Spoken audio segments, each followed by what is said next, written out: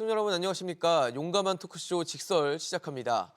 경영권 불법 승계 혐의로 재판에 넘겨진 이재용 삼성전자 회장에게 1심 재판부가 무죄를 선고했습니다.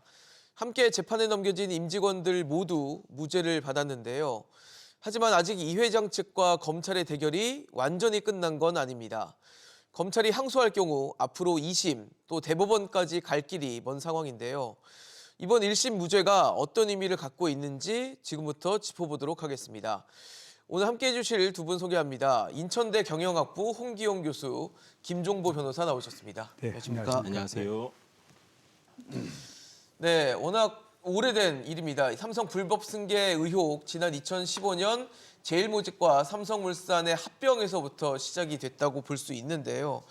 사실 워낙 사건이 오래되고 중간에 뭐 합병이라든지 또 승계 과정에서 왔었던 어떤 지분들의 오가는 과정들이 있기 때문에 조금 정리가 좀 필요한 사안이라고 보여집니다.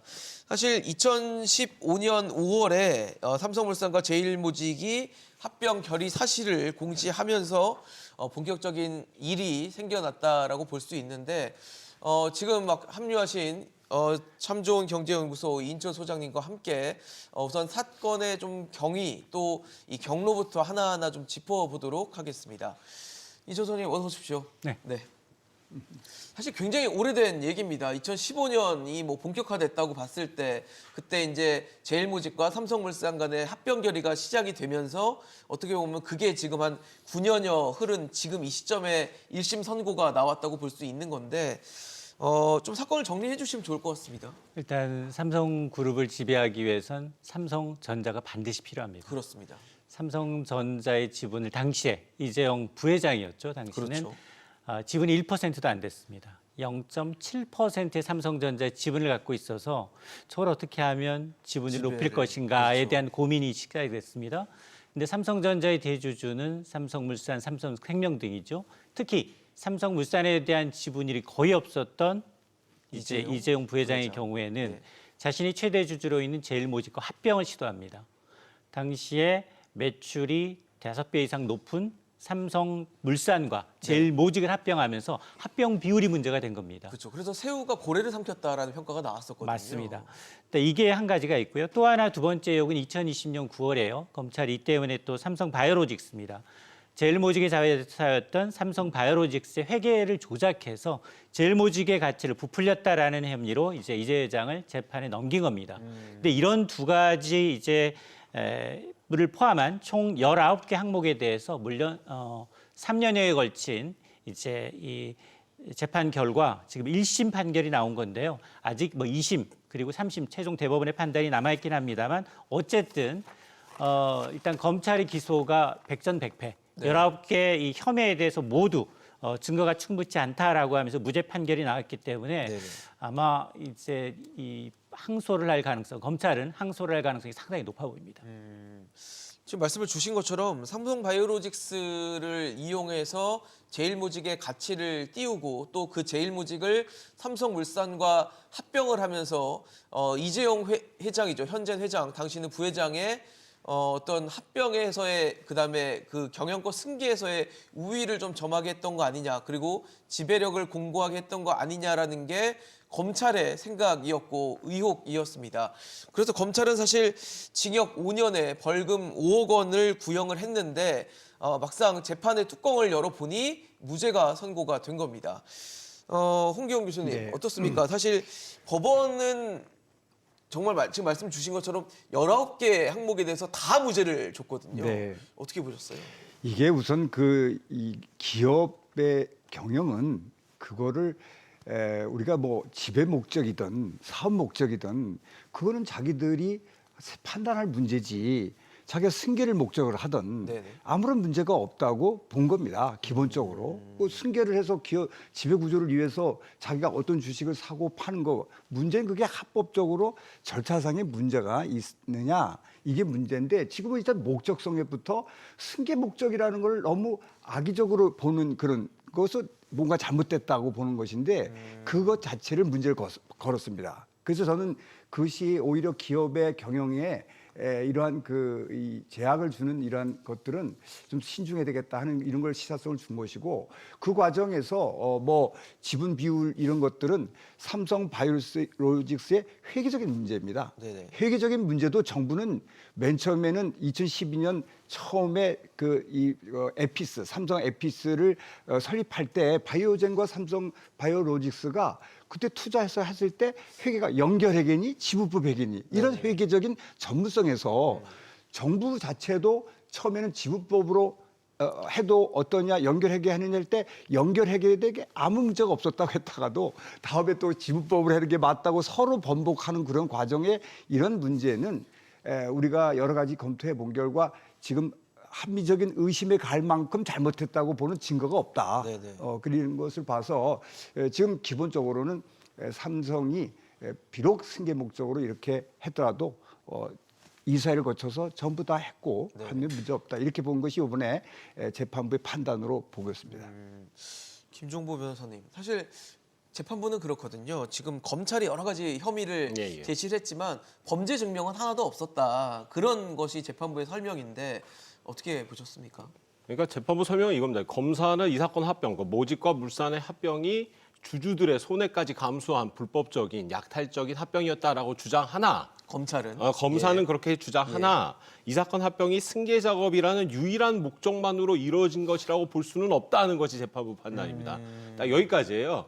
근데 이제 이 사건 합병이 그러니까 모직과 물산이 왜 합병을 했을까? 이게 중요한 거죠. 아까 인철 소장도 말씀하신 이거 왜 합병했을까? 차라리 합병하면서 주주 여러분, 국민 여러분, 삼성그룹은 우리 이씨 일가의 것입니다. 이씨 일가가 지배력을 확보해야지만 우리 삼성그룹 전체가 좋습니다. 그러므로 이 합병을 지지해 주십시오라고 했으면 이거 기소도 안 됐어요. 차라리 대놓고 처음부터 지배그룹 지배구조상으로 우리나라 확실한 지배력을 가져야 됩니다. 주주 여러분 도와주십시오. 했다면 문제 안 됐어요. 이건 허위 목적이야. 이 목적 자체가 지배 일가, 총수 일가의 지배력을 최대한 강화하는 것이었습니다. 목적 자체가.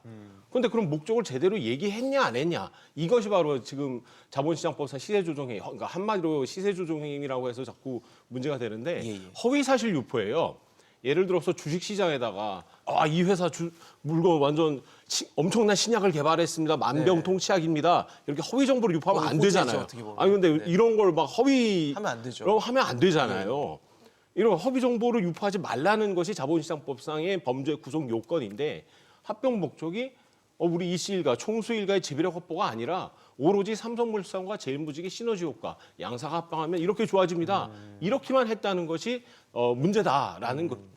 이게 바로 기소 내용의 핵심입니다. 차라리 그래서 방금 홍준 교수님 말씀처럼 차라리 그냥 총수 일가가 더 많이 갖는 게 유리하다라고 했다면 이제 문제가 없겠죠. 근데 그게 아니니까 지금 문제가 된 겁니다. 그리고 같은 사안을 두고 이미 형을 살았어요.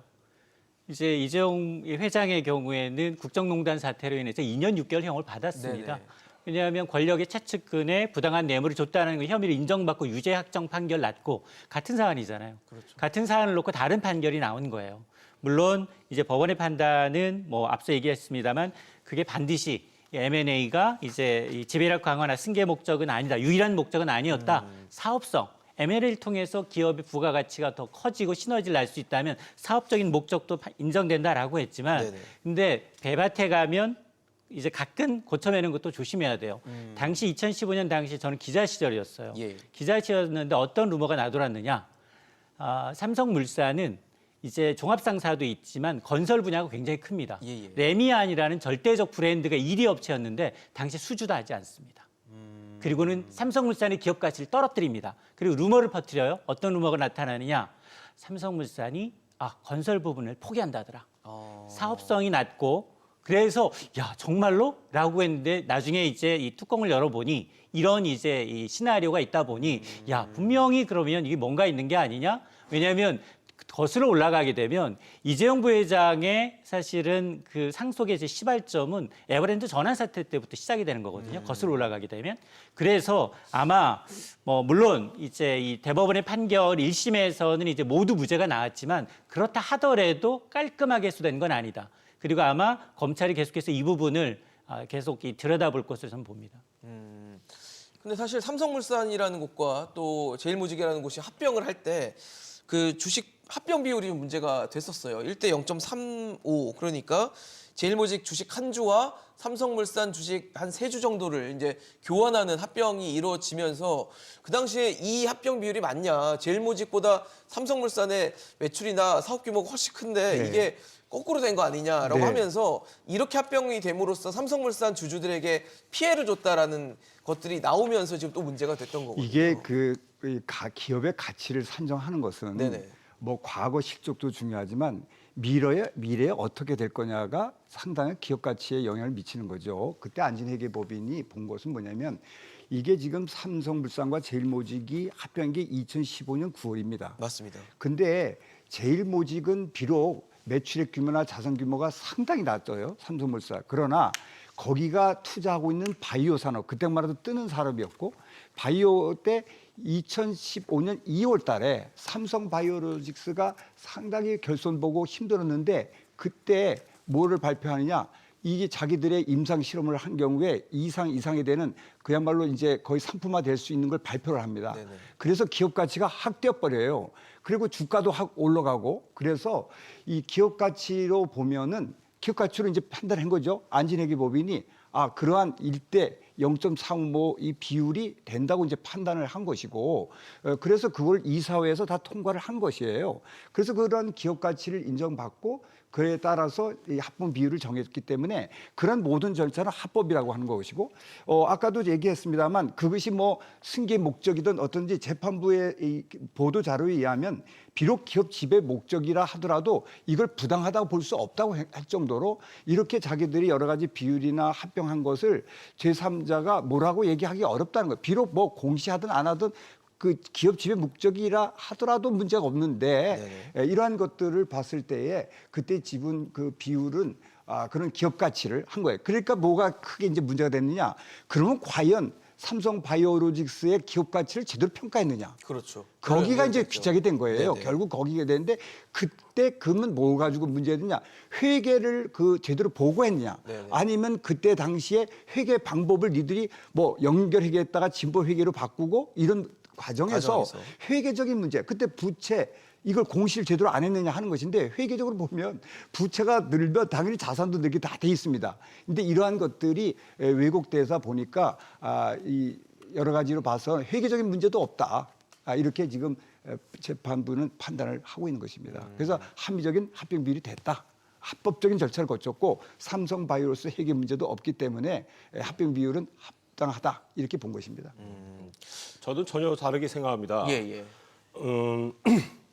어제 이제 재판부에서도 그렇게 얘기를 하시더라고요. 여러 가지 앞선 사건들이 많이 있습니다. 가장 대표적인 것 중 하나가 국정농단 사건이죠. 네, 그렇죠. 국정농단 사건에서 이재용 부회장이 박근혜 전 대통령에게 뇌물을 제공한 이유가 무엇이냐?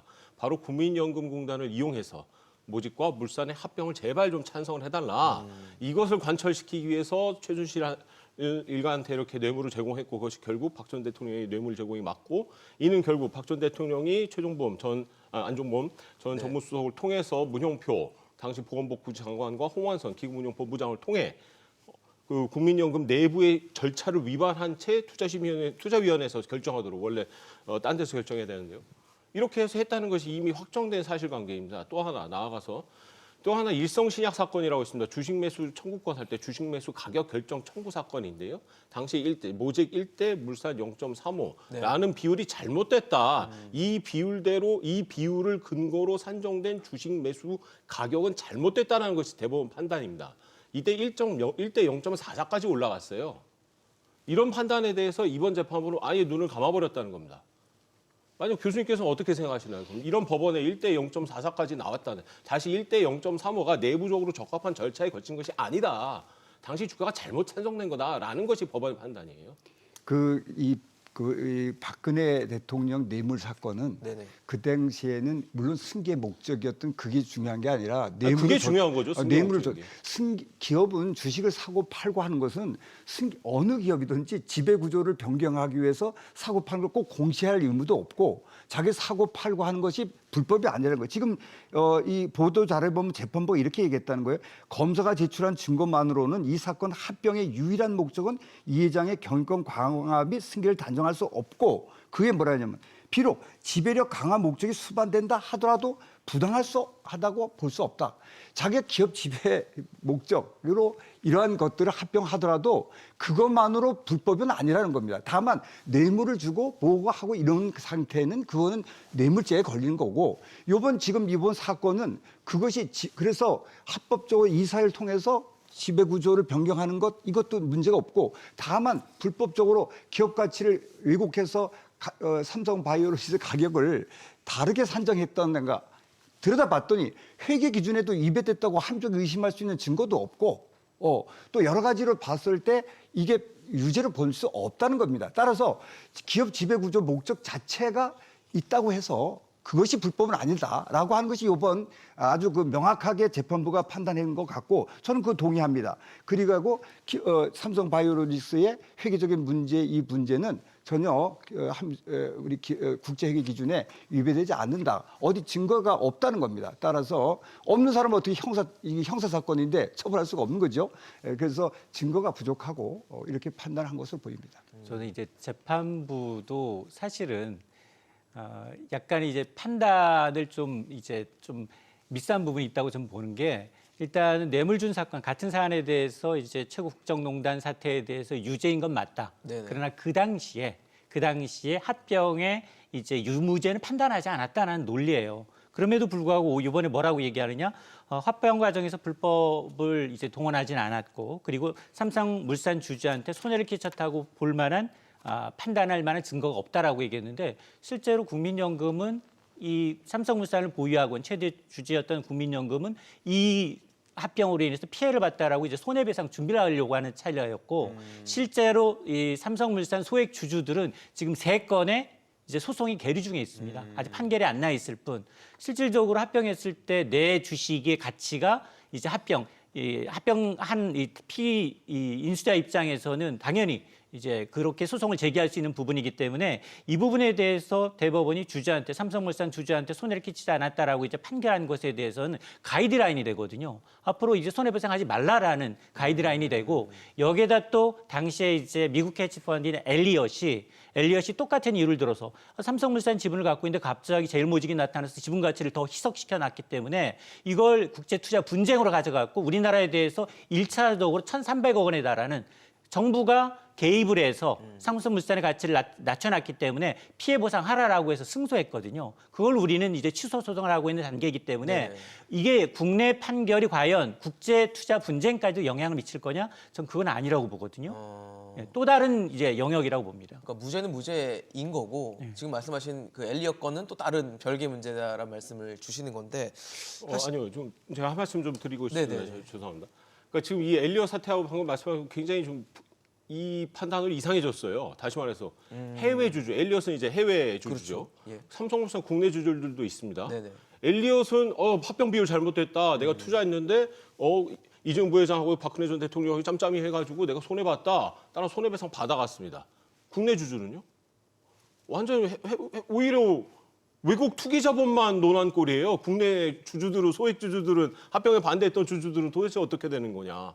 이런 역차별 문제가 차별적인 문제가 발생할 수밖에 없습니다. 그러니까 이번 선고로 그런 문제가 발생. 그런 문제가 발생하는 거죠. 지금 이 사건 합병에 대해서 뭐 절차의 적법 문제가 아닙니다. 당연히 절차는 지켰죠. 웬만큼 다 이사회 결의 통하고 형적 요건 다 지켰습니다. 그게 문제가 아니라는 거예요. 지금 합병의 목적이 무엇이냐냐 처음으로. 이재용 회장의 지분율을 높이는 거였다. 이게 맞아요. 이건 삼척동자도 다 아는 사실입니다. 그냥 대놓고 말했으면 되는 거예요. 그러지 않았기 때문에 문제였다는 거죠. 사실 검찰의 의혹 그리고 혐의 사실을 보면은 그렇습니다. 사실 삼성바이오로직스라는 곳이 만년 적자 상태의 기업이었는데 그 당시에 코스피 상장을 앞두고 2015년이었는데 당시 고의로 자회사인 삼성바이오 에피스라는 기업을 관계사로 바꿔서 기업 가치를 높이는 어떻게 보면 분식 회계를 저질렀다라는 게 이제 검찰이 던지는 화두고 문제 제기인데 변호사님 보시기에는 어떠세요? 이 사안이 결국은 제일모직의 가치를 부풀리면서 이재용 회장의 지금 뭐 연관된 합병이나 이런 것들의 가치를 높이면서 지배력을 공고히 했다라는 혐의가 있잖아요. 그게 지금 죄송한데 제가 보기에는 이제 교수님하고 앵커님 모두 약간 이게 많은 분들이 헷갈려 할 수가 있어요. 네네네. 그러니까 다시 말해 제일모직이 1, 삼성물산이 0.5, 다시 말해 제일모직이 한 3배 가까이 큰 회사다. 0.35, 네. 0.35. 네. 3배 큰 회사다. 그 근거는 뭐냐? 제일모직이 갖고 있던 삼성바이오로직스의 주식 가치가 컸기 때문이다. 네네. 그런데 이거를 뻥튀기 해가지고 만든 거다. 이렇게 알고 있으면 그게 아닙니다. 그게 아니고요. 합병을 하고 봤더니 뭐냐? 그 연결 재무제표를 만들어야 되는 상황이 온 거예요. 그렇죠. 삼성물산에서. 네네. 그렇게 되면은 집법대로 계산했더니 자본 잠식 상태가 돼버리는 겁니다. 삼성바이오로직스가 이거 이상하다. 그럼 삼성바이오로직스가 갖고 있던 삼성바이오에피스의 주식 가치를 높이자. 네네. 그러니까 지금 공정가치로 바꿔보자. 콜옵션 부채를 반영하고. 장부가액을 그렇죠. 공정시장가액으로 그렇죠. 바꾸자. 공정가액으로 네. 바꾸자. 장부가액을. 네네. 그 원래 이제 바이오에피스 때 취득가액만 장부에 적으면 되는 건데요. 그렇죠. 한 2,900억 되더라고요. 그렇죠. 그걸 4조 원 정도로 뽑. 왜냐하면 그거 이제 예. 공정가치, 시장가치로 될 것이다. 콜옵션 부채를 반영하다 보니까 2,900억 대 1.4조를 넣으니까 완전 자본 잠식에 빠지는 거죠. 이러면은 이거 봐봐라 제일모직 자본 잠식 삼성 상태인데. 바이오로직스 주식을 갖고 있었는데 삼성 바이오로직스가 자본 잠식이었는데 알고 보니 야 너 합병 비율 거짓말 잘못된 아니야? 거다. 이렇게 나올까봐 아니야. 삼성 바이오에피스가 네. 엄청 좋은 회사가 됐어. 유럽 EU의 승인을 받았어. 그러니까 바이오젠이 콜옵션을 행사할 것 같아. 그러니까 더 이상 나는 얘를 종속회사, 내가 지배하는 회사라고 할 수가 없어. 라는 것이 관계사로 삼성 설명이었어요. 분류하겠다. 근데 이것이 허위였다는 것이 검사 측 주장이었고 이번 재판은 받아들이지 거죠. 않은 것이죠. 그거에 대해서 제가 네. 추가 좀 예, 예. 제가 이게 19년도에 제가 그 일간지에 2번 그 삼성 바이오를 회계에서 칼럼 한 2번 썼습니다. 예. 그때 이제 회계적인 문제가 없다는 건데 왜냐하면 이게 지금 변호사님 말씀한 것 중 일부는 조금 더 검토해 보실 내용이 있는데 이게 삼성 바이오로직스가 삼성 바이오로직스가 에피스를 설립한 데가 2012년이었습니다. 그래서 그 당시에 회계를 연결 회계로 했어요. 그 정부가 그 삼성 바이오로직스가 네. 왜 85%를 갖고 있었고 다만 콜옵션을 가지고 있었습니다만 회계학에서는 콜옵션 자체가 지배력이 있는 게 아니고 그것이 실질 가격이 올라가서 행사 가격도 높아야 되는데 그 당시에는 세상에 회사를 설립하면서 주식을 산 85%를 주식 산 삼성 바이오로직스와 거기에 같이 한 바이오젠이라는 데는 15%를 투자하면서 콜옵션을 갖고 있는 거예요. 네. 콜옵션을 갖고 있자마자 그때 설립을 도장을 딱 찍으면서 설립하는 날 연결회계냐 진법회계냐 결정하게 돼 있거든요. 네네. 그런데 15%만 사고 콜옵션에 산 사람에게 지배력이 있다고 바로 할 수가 없습니다. 회계학에서는. 왜냐하면 그러면 돈을 투자한 사람과 콜옵션은 그 가격이 사업이 잘 돼서 행사 가격이 보통 그때 주식 사는 가격보다 높은 게 일반적이에요. 그래야지 콜옵션이 성립이 되거든요. 그러니까 주식을 살 거냐 콜옵션은 돈을 더 주고 사는 건데 자기가 돈 그때 안 산 거예요. 그래서 이론적으로나 회계 기준으로 보면 설립하는 날 연결 회계를 할 거냐 진보 회계를 결정을 해야 되는데 그때 당시는 연결 회계를 할 수밖에 없었던 겁니다. 그래서 연결 회계를 했어요. 그런데 정부가 그 지분법으로 했어야지 왜 연결회계했냐? 이 둘이 실제 공동기업이 아니냐? 근데 공동기업 회계 기준은 별도의 기준서가 별도로 있습니다. 공동으로 한다고 정확한 계약서가 있어야 되는 거예요.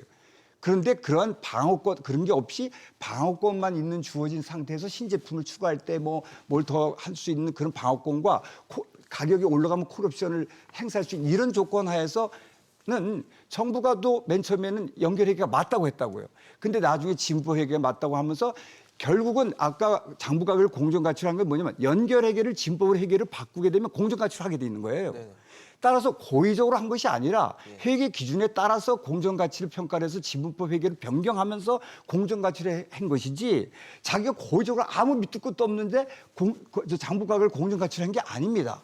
이러한 모든 절차의 기업회 기준에 부합했는지 검토를 변호사님께 한 번 더 해보실 필요가 있고 그런 상태에서 아니라는 것을 합리적으로 의심할 바가 아직 부당하다고 재판부는 한 거예요. 그러니까 기업회 기준을 위배했다고 명확하게 볼 수 없다고 본 겁니다. 따라서 연결회계 했다가 진법회계로 변경한 게 문제가 없다고 본 거죠. 한마디로 말하면 이런 면에서 우리 회계학적 판단이 아주 많이 농후하게 들어가 있는 이 재판입니다. 그래서 회계학적 지식이 충분하지 않으면 기업회계조서를 충분히 읽지 않으면 이게 이해하기 되게 어려운 이런 부분이 있기 때문에 저는 여기서 그때도 2019년에도 칼럼에서 주장했지만 회계적으로 검토해 본 결과 문제가 없다. 그래서 그 당시에 전문가에게 물어봤어요. 주요 대학에다가 3명씩 물어봤더니 그래서 의견서를 받았어요. 전부 그 주요 회계학 교수가 문제가 없다고 의견서를 낸 거로 저는 알고 있습니다. 그런 정도로 아주 전문적인 분야이기 때문에 이번에 그런 것들이 다 반영이 되지 않았나 저는 그렇게 판단하고 있습니다. 일단 네. 절차나 이제 법적인 위반 사항을 피해가는 건 맞아요. 그러니까 뭐 대법원에서 대법원이 아닌 이제 1심 법원에서는 이런 판결이 나온 거고 그걸 문제 삼자는 얘기가 아니라 같은 사안을 두고서 다른 판결이 더 나올 수도 있고 국정농단 사태는 유죄, 뇌물 줬잖아. 너 지금 이 경경 승계하기 위한 편법 작업으로 국민연금을 동원해서 힘을 썼다는 뇌물 준 건 사실이야. 그건 유죄야. 2년 6개월 형을 살았어요. 근데 정작 이제 이 물산 과정에서의 승계 차원이었었느냐 이거에 대해서만 이제 뭐 그럴 것보다는 사업의 목적성도 있고 충분한 증거가 없다예요. 당연히 뭐 이 삼성과 같은 대기업에서는 초호화 변호인단을 꾸려서 이 절차 사항에 이제 이 문제는 없도록 만들어 놨다는 거예요. 근데 문제는 뭐냐? 이제 대법원조차도 이 합병으로 인한 이제 국민들의 피해가 없다라고 했는데 국민연금 손실 봐요. 삼성물산 대주주는 손실이고 당연히 지분 가치가 적어지면 적어질수록 손실이고 그리고 앞서 지적했던 것처럼 국내 판결과 해외에서는 국정농단 사태를 근거로 해서 엘리엇이 당연히 1,300억 원에 달하는 국가배상의 책임을 이제 이 승리를 했는데 정작 우리나라 이제 소송을 걸고 있는 이제 개인 소액 주주들은 이 1심 근거로 해서 더 번복하기가 더 어려워졌어요. 그러니까 더 궁지에 몰린 거죠. 그러다 보니 아마 이제 이 부분 특히나 이번 합병으로 인해서 모두가 윈윈이 아니라 피해가 있다라는 사실을 이제 대법원이 모르고 있다라는 사실에 대해서 지적을 하고 있는 겁니다. 변호사님, 그러면 지금 사실 이번 1심 판결이 나오고 나서 검찰이 항소를 검토하겠다라고는 했는데 아직 결정은 하지 않았거든요. 네, 예. 근데 사실 항소를 하게 된다면 지금 법원이 지적한 부분들이 있잖아요. 증거가 충분하지 않다라는 부분들에 대해서 뭔가 입증할 만한 카드가 있어야 뭔가 항소심에서도 뭔가 다시 뒤집든지 알든지 할 수 있을 것 같은데 좀 어떻게 보십니까? 사안들이 좀 뭔가 증거를 확실하게 던지지 않으면 1심과 똑같은 그냥 재판이 될 수도 있을 것 같거든요. 근데요, 이제 동일한 증거를 갖고 사람 보기 나름이에요. 판사도 사람인지라 자기 보는 대로 판단을 하시더라고요. 네네네. 그래서 가장 핵심적인 증거는 바로 이거였습니다. 이게 바로 프로젝트 G 문건이에요. 프로젝트 G라는 게 이제 미전실에서 미전실에서 승계 만들었다는. 작업을 위해서 준비했다라는 서류라고 네. 보시면 되는데 뭐 구체적인 내용보다는 지금 어쨌든 이런 프로젝트 상에 모든 게 짜여져 있는 구성이 있었다라는 말씀을 주시는 거죠. 그렇죠. 이 프로젝트 G 문건을 보면은 현 핵심 지배 구조의 가장 위에 대주주가 딱 있습니다. 여기 대주주라고. 조금 들어서 보여주실 수 있을까요? 저희 화면에 시청자 여러분들께서 뭐 자세히 보실 내용은 아니긴 한데 나중에 다 알려져 그래도 있으니까. 이런 식으로 지금 구조 미전실에서 지배 구조가 작성한 문건이에요. 도표로도 나와 있고 위에 설명들이 이제 그룹 지배 구조에 대한 뭐 결합 이슈, 확대 이슈들이 나와 있는 그런 문서라고 보시면 될 것 같습니다. 2012년 12월에 작성된 문서입니다. 그러네요. 이때 이미 삼성물산과 에버랜드의 합병 얘기가 나와요. 그런데 이제 사업성 목적, 예를 들어 삼성물산이 당시에 2015년 당시에 너무 경영난에 빠졌다. 이걸 타기 위해서 제일모직과 합병했다는 것이 삼성 측의 주요한 반론 또는 변론이었는데요. 2012년부터 합병을 고민했는데 2012년부터 삼성물산이 그럼 경영난이었냐? 아니었거든요. 오로지 대주주 지배력 확보를 위한 거였어요. 강화가.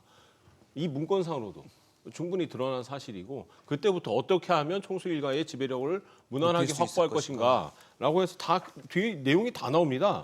왜 물산과 애플에 합병해야 되느냐. 그다음에 또 하나 문건이 이 M사 합병 추진안이라는 것입니다. 이것이 2015년 4월에 작성된 문건이고 네. 이것이 이번 1심 판단에서 가장 중요한 검사 측에서 가장 중요한 증거로 내세웠고 재판부에 대해서 여기에 대해서 판단하는 것이 가장 큰 부분 문서가요? 이 두 건이요. 이게 바로 이 사건 합병 목적이 둘 다 어쨌든 삼성물산 제일모직의 합병 결의 이전에 나왔던 문서들인 거네요. 그렇죠? 그럼요. 예, 15년 5월에 합병 결의였으니까. 예, 그렇죠. 그래서 15년 4월에 이미 M사 합병 추진안이라고 M사 이제 모직입니다. 네네. 왜 물산이 모직을 흡수 합병해도 되는 거였고 덩치가 더 크고. 아니 오히려 모직이 하는 것보다 물산이 해도 되는 건데 근데 왜 안 했을까? 금융위원회 승인이 안 될 것이기 때문이다라는 거였어요. 이미 여기서 다 검토를 합니다. 어떻게든 지배구조를 안정화한다면 그러니까 물산이 제일모직을 흡수 합병하는 것은 금융 당국의 허가를 받지 못할 것이다. 그러니까 그렇죠. 예. 물산이 모직을 모직을 합병하는 거는 합병하면. 이건 안 될 거고 네. 모직이 물산 합병하는 건 될 거다. 그러니까 모직이 물산 합병하는 합병해야 걸로 된다. 하자라고 이미 미전실에서 다 정해요. 설계는 끝났다. 설계는 끝났습니다. 이미 12월부터도 끝났습니다. 네네. 12년부터 이미 끝난 사안이에요. 이거를 얘기했는데 재판부는 이것만으로는 안 된다. 이것만으로는 합병 목적이 총수일과 지배력 강화라고만 그게 바로 승계 작업인데 이 승계 작업이 유일한 목적으로만은 볼 수 없다는 겁니다. 근데 솔직히 이거 아니면 전 이해가 안 됩니다. 그 이외의 목적이 뭔지 어떤 사업상 목적 때문에 합병이 이루어진 것인지 저는 도저히 이해가 안 됩니다. 시너지 효과가 있다 그랬어요. 2020년 매출 목표가 60조 원이라고 장밋빛 미래를 공언했습니다. 하지만 실제로는 예전에 제일모직과 예전에 삼성물산 매출의 합산하고 비슷해요. 아무런 시너지 효과 없습니다. 지금도 통합삼성물산은 각 사업 파트별로 운영됩니다. 건설 부분, 상사업 부분, 바이오 부분, 패션 부분. 네. 아무런 시너지가 없어요.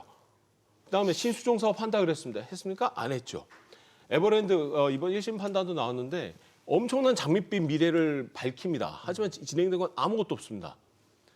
그렇다면 결국 사업을 위한 것이 아니라 오로지 총수 일가의 지배력 확보를 위해서 이 사건 합병이 이루어진 것이다라는 점에 근거해서 판단했어야 되는데 그렇지 않았다는 점에서 근데 굉장히 그거에 대해서 좀 제가 비록 그 경영권 강화, 지배력 변경을 위해서 한 것이 불법이냐? 불법입니까? 불법이 아닙니까? 그거 그러니까 저는 이렇게 생각합니다. 예. 이재용 부회장이 이미 합병 전에 자기 재산만 SDS 상장으로 8조 원이 얻었어요. 자기 돈으로 물산 주식 사면 되는 일이었어요. 그렇잖아요.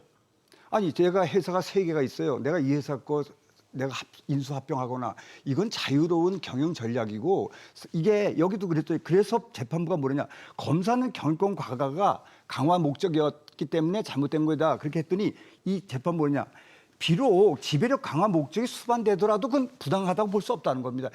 지배력 목적을 그다음에 아까 그 프로젝트 G 아까 그 보고서가 그건 그냥 검토 보고서고 뭐 합병 계획서 뭐를 만드는 거는 경영을 위해서 준비 검토 보고서지 그것을 그 이후에 실질적으로 법적으로 이사회 실질적으로 다 검토했다. 저 보고서가 있는 그 자체 생각을 갖다 써놓은 그 자체만 갖고 불법이 아니다. 기업 지배력 구조 내가 변경하는 그 자체가 불법이라고 한다면 이 세상에 그 인수 합병이라는 게 있을 수가 없습니다. 따라서 그거보다는 그것이 절차상의 불법이냐가 문제지. 지배력 강화를 위해서 경영자가 내가 이 주식은 사고 이쪽은 내가 하고 하는 거는 엄청 일어나는 겁니다. 사회 현상에서. 이거를 불법 자체라고 하는 것은 저는 이야기가 어렵고요. 자, 그럼 네. 삼성물산 이사회는 또 합병 재판부가 결의를 그 문제가 하기 없다고 얘기를 바로 한 전날 겁니다. 네. 24시간 전도 아니에요. 바로 전날 저녁에 갑자기 긴급 이사회 잡혔습니다. 다음날 아침 7시까지 와주시죠. 무슨 일이에요? 합병 얘기할까 하는데 오시면 알 겁니다. 이래서 갔다는 거예요. 다음날 합병하는데 삼성물산 이사회에 합병 얘기 그전까지 아무런 전혀 없다가 이사회에 갑자기 올라옵니다. 1시간 만에 통과됩니다. 이게 무슨 이사입니까? 아직 우리가 이제 법원이 아니기 때문에 네네. 이제 1심 판결 결과를 두고서 물론 뭐 검찰이 항소를 하면 네네. 그 이후에 이제 대법원의 판결이 있는데 우리가 지금 유무죄를 판단하는 데는 아니잖아요. 아니죠. 일단은 팩트는 뭐냐? 두 분 말씀하신 게 일정 부분 일리가 있는 게 아주 조직적으로 미전시를 통해서 어떤 삼성물산의 가치는 좀 떨어뜨리면서 제일모직의 가치를 올리는 그렇죠. 작업은 분명히 있다. 근데 그 증거가 불충분하다라는 여기까지가 팩트인 것 같아요. 팩트인데 문제는 뭐냐? 사실은 이건희 전 회장이 사실은 2004년부터 사실은 자리를. 그렇죠. 자리를 비웠기 때문에 사실상 10년 넘게 이재용 부회장이 거의 삼성을 이끌어왔어요. 네. 근데 그동안 핑계는 뭐였냐면 봐라 일주일에 2번씩 법원 출석하면서 사법 리스크 때문에 나 제대로 된 일을 못한다라고 했어요. 그래서 보면 한때는 유보금이 100조 원 넘게 쌓일 때도 있었고 지난해 3분기에는 75조 원 쌓였어요. 근데 장밋빛 청사진을 제시하면서 삼성물산과 제일모직 합병으로 60조 원 이상의 거대 그룹이 탄생하고 많은 이제 부분에 있어서 시너지를 낼 것으로 했는데 지적하셨던 것처럼 지금 삼성의 신수종 사업은 보이지 않습니다. 신수종 사업이랬던 반도체는 더 오히려 SK 하이닉스한테 AI 반도체는 뒤지고 있고요. 시스템 반도체는 점점 대만 반도체하고 격차가 더 벌어지고 있어요. 그나마 바이오에서 조금 펩치를 보고 있지만 그 외에 더 나아간 게 거의 없다는 거고요. 마찬가지로 이제 경영권을 물려준다. 우리 뭐 계속해서 장자 승계 원칙으로 해서 무조건 뭐 돈이 있으니까 유전무죄, 무전유죄로 경영권 넘어가지만 근데 굉장히 지금 사법 리스크가 일단 해소가 됐기 때문에 그러면 굉장히 뭐 신사업이 굉장히 삼성의 미래 속도를 낼 것인가. 이 부분을 좀 다 들여다봐야지 지금 우리가 뭐 재판도 지금 2심도 안 끝났는데 우리가 뭐 유무죄를 판결할 건 아니라고 봅니다. 사실 뭐 말씀을 주신 것처럼 1심은 무죄가 났지만 지금 검찰이 항소할지 여부는 정해지지 않은 상태고 항소를 한다면 어떻게 보면은 이재용 회장을 그동안 올감했던 사법 리스크가 완전히 벗어졌다라고 보기도 좀 어려운 시각이 될 수도 있을 것 같은데 변호사님 보시기에는 뭐 이제 재판부의 결정은 났고 네. 이제 향후에 뭐 추가적인 이제 행보로 갈지 2심, 3심 뭐 재판부가 최종 판단까지 갈지는 모르지만 어떻게 보면 이재용 회장이 지금 이 무죄를 받음으로써 정말 지금 인천 소장이 말씀하신 것처럼 삼성이 장밋빛 미래를 그리고 신수종 사업을 막 만들어내고 할 수 있을 것인가 이것도 또 중요한 사안일 것 같거든요. 그건 매우 중요합니다. 예. 일단 검찰은 일단 항소를 무조건 하게 되어 있습니다. 내부 지침상 1심에서 무죄 판단이 나오면 어떤 사건이든 간에 무조건 해야 돼요? 어떤 사건이든 간에 한 번 더 판단을 받아본다. 이런 것이 검찰 내부 기본 지침이에요. 그러니까 그래서 검토하고 결정을 하는 거네요. 그렇죠? 그렇죠. 이제 그래서 선고일로부터 7일 이내에 항소해야 되기 때문에 7일 이내. 아마 7일째 되는 다음 주 월요일 날 항소를 결정할 항소장을 것이다. 제출을 할 겁니다. 이건 안 할 수가 없는 문제예요. 이거 예. 안 하면 오히려 검사가 더 큰 문제가 되겠죠. 그럼 뭐 이재용 회장이 무죄만으로 가볍게 이제 몸이 가벼워졌다 보기는 좀 어렵네요. 뭐 그렇겠죠. 그리고 저는 이재용 부회장의 어깨가 굉장히 무거운 분이다라고 네네네. 생각을 합니다. 저는 진짜 삼성이 잘 되면 좋겠어요. 우리나라에서 삼성 굉장히 중요한 기여를 하고 기업이고 있고, 큰 경제적으로도. 그룹입니다. 삼성그룹 때문에 먹고 사는 사람이 어디 한둘입니까? 그렇죠? 국가 경제에 있어도 굉장히 중요한 그룹인데요. 그만큼 또 그 경영 일선에 있는 이재용 회장의 어깨가 굉장히 무겁죠. 그렇겠죠. 비록 재판하는 것뿐만 아니라 회사 경영에는 어려울 겁니다. 네. 저는 진짜 잘하면 좋겠고 잘 네. 되기를 바랍니다.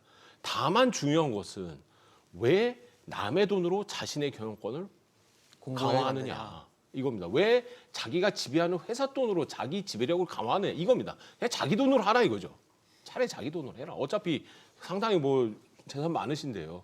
저는 그렇게 좀 당당한 행보를 걸어가시면 좋겠습니다. 홍 교수님 어떻게 보세요? 사실 아니 지금 그 저 변호사님 예. 뭐 말씀 또 일리도 있긴 한데 네네. 그게 경영입니다. 남의 돈 갖고 하는 게 경영이에요. 부채를 끌어오고 또 자본을 자기 투자비 이외의 돈을 끌어오고 그런 과정에서 합법적인 절차와 상법에 관련 등 규정에 의해서 그 규모를 키워나가는 것이 경영입니다. 지금같이 변호사님 말씀을 자기 돈만 갖고 하라고 이런 식으로 하게 되면 경영이 기업 경영이라는 의미를 퇴색하게 될 저는 수가 기업 있습니다. 경영과 따라서 자신의 지배력은 다른 네, 문제죠. 자기 돈으로 다 지배력이 자신의 재산이지 기업의 재산이 아니지 않습니까? 말씀 듣고 네, 그게 이제 그 다 남의 돈입니다. 경영자는 그래서 사회적인 견제를 받게 되고 여러 가지 합니다. 그래서 그 각 법률에 허용한 범위 내에서 그렇게 했느냐 하는 거예요. 그래서 자본 조달도 하고 그다음에 부채로 조달하고 자본 조달하고 이렇게 해서 기업을 커 나가는 것인데 그런 것이 합법적으로 이루어졌느냐 불법이라는데 그런 과정이 지배 구조로 해서 기업을 더 키우고 회사를 더 많은 기업들을 다스리고 자회사를 갖고 하는 것은 여러 지배 구조 목적도 있고 사업 목적도 있는 겁니다. 이런 것을 지배 구조는 절대 안 되고 사업 목적만 하라고 하는 것은 해야 된다는 것을 이번 재판에서 부인한 겁니다. 따라서 지배 구조도 그 자체만으로 목적을 하더라도 부당한 게 없다, 불법이 아니다라고 하는 것이 이번에 명시해졌다는 데서 상당히 의미가 있다 저는 그렇게 보고 있습니다. 근데 사실 뭐 그 과정 하는 지금 말씀하신 대로 경영을 하는 과정 속에서 남의 돈을 갖고 본인의 경영권이 공고해지고 또 그 과정에서 주주들 다른 사람들이 피해를 봤다면 또 경제적 문제가 있을 수 있다라는 시각이 있는 그렇죠. 거잖아요. 예, 이건 기업 경영의 문제가 아닙니다. 기업 경영 말 그대로 진짜 남의 돈 부채 빌리고 사채 발행하고 뭐 자본 조달해서 회사를 키우고 정말 높은 부가가치 창출하는 게 당연히 기업이 경영이겠죠. 네네. 저는 그 이재용 회장이 잘하면 좋겠어요, 진짜로. 근데 문제는 왜 제일모직과 삼성물산을 합병하면서 이 말도 터무니없는 1대 0.35의 합병 비율을 강행하면서 그 기존에 갖고 있던 삼성물산의 주주들, 네네. 그 구 삼성물산의 주주들의 손해까지 야기하였는가? 이게 바로 결국 남의 돈으로 자기 지배력을 강화했다는 얘기예요. 근데 이건 일심은 전혀 지금 기업 문제가 경영하고는 또- 네. 무관한 문제입니다. 네. 앞서 소장님 말씀해 주신 부분 체크를 좀 해볼게요. 지금 삼성의 우리나라에서 차지하는 비중이 굉장히 큰 그룹 기업이고 잘 해야 되는 것들은 맞는데 잘 할 수 있을까는 좀 다른 문제인 것 같습니다. 어떻게 맞습니다. 보세요? 사실은 그 다른 경쟁자들은 플랫폼을 다 바꾸고 있어요. 기존에 있는 사업에서 AI라든가 뭐 6G 아니면은 뭐 그 더 나은 미래를 위해서 투자라는 모습이 눈에 보이고 결과가 나오고 있는데 정작 이제 이 삼성은 이제 이종 이제 회장이 사실상 10년 가까이 이제 했는데 결과물이 사실은 잘 안 보인다라는 게 문제고요. 삼성이 10년 후에도 반도체만을 계속 갖고 성장할 수 있냐? 그러면 이제 퍼스트 무버가 아니라 뒤처지는 거죠. 그러다 보니 지금 굉장히 많은 유보금을 갖고 있으면서도 이걸 잘 활용해서 사실은 신기술을 뛰어넘는 데는 M&A 전략도 굉장히 좋은 전략이거든요. 그러면 지금 조금 뒤쳐져 있는 뭐 비메모리라든가 아니면 하물며 SK 하이닉스한테도 뒤져 있는 HBM, 그 대역폭 메모리 분야에 대해서는 AI 쪽 그렇습니다. 굉장히 많이 빨리 갈 수 있는 기회가 여러 번 있었음에도 불구하고 그 타이밍을 실기하다 보니까 이게 흑자 전환 시기도 SK 하이닉스한테 눌리고 있는 거예요. 그러니까 주가가 그걸 다 보여주고 있는 겁니다. 특히 이제 저는 사실은 삼성이 이런 이제 과거에 석연치 않은 법을 좀 피해가는 듯한 이런 이제 불법 승계 과정 때문에 아마 12조 원이라는 상속세를 물어야 하는 그런 이제 굉장히 정상적인 이제 이 시스템으로 가야 되는 어떤 이제 외통수에 걸렸다라고 저는 보거든요. 네네. 그래서 사실 많이 24조 원 상속했다고 26조 원 상속했다고 12조 원을 상속세를 낸다? 전 세계 유례가 없어요. 이거는 뭐 그 기업 3번 상속하면 망합니다. 그런데 그런 과도한 상속세를 유발하는 건 삼성의 잘못도 있다라고 저는 보거든요. 그러니까 앞으로 이제 정말로 이제 이 뭐 이제 근무 조절을 물고 나왔기 때문에 네네. 이제 경영 능력이 이제 인정받는 건 아니거든요. 전문 경영인 물론 4세대에 대해서는 자기가 뭐 전문 경영인 체제로 네, 가겠다라고 얘기는 알겠다. 했지만 네. 그것까지는 이제 뭐 우리가 이제 가타부타 얘기할 건 아니지만 어쨌든 전문 경영인도 그동안 충분히 뒀고 사법 리스크가 거의 뭐 사법농단에서도 계속해서 이제 이 특별 사면을 받아서 거의 활동이 거의 이후에는 자유로웠어요. 그리고 해외 출장도 뭐 익숙주가 됐었고 하고, 예. 그렇기 때문에 조금 더 본인의 리더십을 통해서 미래 먹거리를 좀 제시해줘야지 우리 국가 기관 산업에서 삼성이 차지하는 비중이 너무 높기 때문에 다들 예의주시하고 있어요. 사실 삼성이 지금 도래하고 있고 직면한 문제 중에는 대형 M&A가 없다. 하만이 마지막이었던 걸로 제가 기억을 하는데 그게 2017년입니다. 벌써 지금 횟수로 봤을 때는 7년 정도가 된 사안이거든요. 그러다 보니까 삼성이 뭐 시스템의 삼성, 이재용 회장이 없어도 돌아갈 수 있는 삼성이라고 하지만 국정농단 때문에 해체됐던 미전실 같은 어떤 컨트롤 타워가 좀 필요한 거 아니냐는 얘기도 나오거든요. 이게 우리나라의 우리 그 이런 대기업군은 뭐 애플이라든지 구글 같은 어떤 주요 그 산업을 하나의 초점을 맞춘 게 아니라 우리는 삼성전자 그다음에 뭐 여러 가지 뭐 바이오 등 모든 여러 산업들이 융합돼 가지고 한 아주 독특한 대기업입니다. 네. 이런 나라가 이런 갖고 있는 나라가 흔치 않아요. 삼성그룹 같은 특이한 거.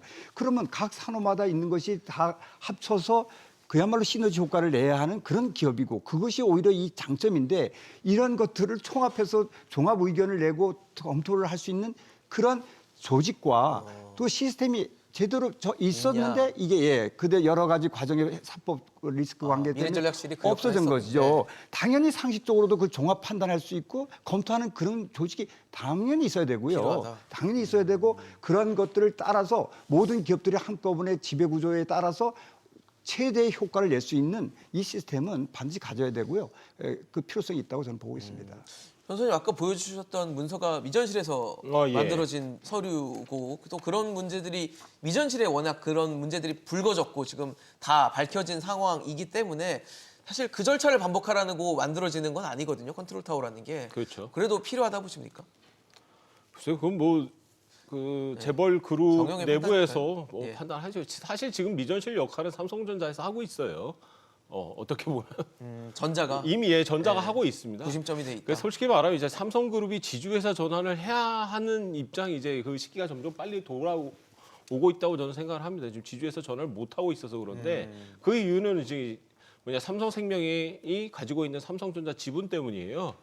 금산 분리가 돼야 되는데 지금 금융지주회사와 사업 지주회사로 이제 분리가 돼야 되는데 분리를 못해서 지금 이런 문제가 생긴 것 같습니다. 지주회사가 생기면 우리 교수님 말씀하신 것처럼 컨트롤 타워가 지주회사에 생기겠죠. 그러겠죠. 예. 근데 그걸 안 하고 하려니까 자꾸 이런 문제가 생기는 거죠. 거다. 이게 사실은 삼성이 하면 이제 뭔가 보면 대관 업무라든가 이런 미래 전략실이라는 게 미래 삼성이 큰 나아갈 길에 대한 신수종 사업을 찾기 위한 이제 이 두뇌 싱크탱크가 좀 모여야 되는데 대관 업무, 그러니까 로비, 네네. 그리고 이제 어떻게 하면 대주주의 어떤 리스크를 좀 최소화할 것인가.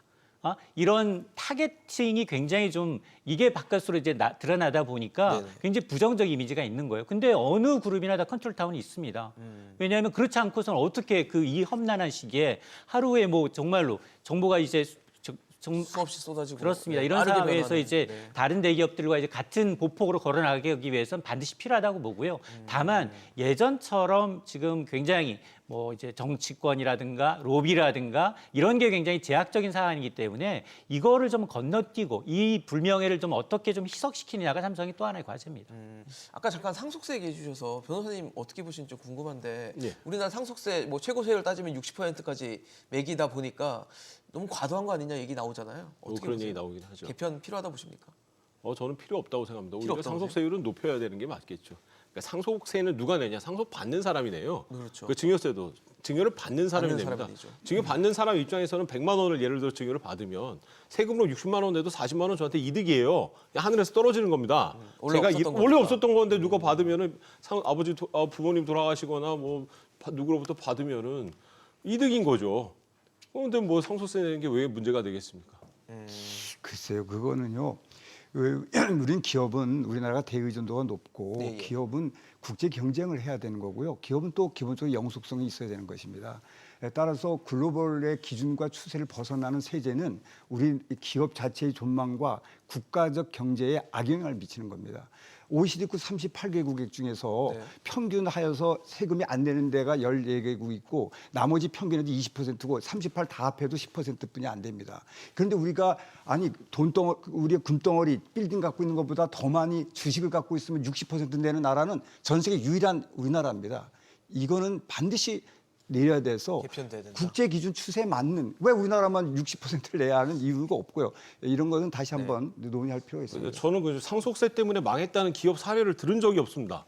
상속세 많이 내서 기업이 국제 경쟁을 이재용 회장은 경영권이 넘어가거나 넘어가는 이런 거 그거는 일이 이제 시장에 맡겨야죠. 아니 기업의 시장에 60% 내면 바로 국영 기업이 되거나 네네. 해외 기업이 돼 버립니다. 아니 자기 지분의 절반 이상이 날아가는데 그런 우리나라가 특별한 이유 없이 그렇게 할 필요가 있습니까? 전 세계를 안 하고 있는데 그래서 이런 것들은 상속세를 얘기하면 또 상당히 다시 그저- 저희가 토론을 또 다시 시작을 해서 기업을 없애겠다는 네, 것 이제 말고는 굉장히 있을 위험한 수 없는 거예요. 발상이세요. 위험한 네, 발상이죠. 위험한 발상이세요. 네. 왜냐하면 30억 원이 넘으면 알겠습니다. 네. 그럼 저희가 기업이 여기까지만 망한 경우가 상속세를 있어요. 지금 망한 누가 경우가 어떻게 있어요. 하겠다는 한샘 거는 망했고요. 네. 참 쉬운 판단이 아닙니다. 네, 저희가 상속세는 또 다시 한번 토론하는 자리를 한번 만들도록 만들어주시죠. 예, 네. 하겠습니다. 오늘 말씀 여기까지 듣겠습니다. 홍기용 교수, 김종보 변호사, 이인철 소장과 함께했습니다. 오늘 용감한 토크쇼 직설 여기까지입니다. 함께해 주신 여러분 고맙습니다.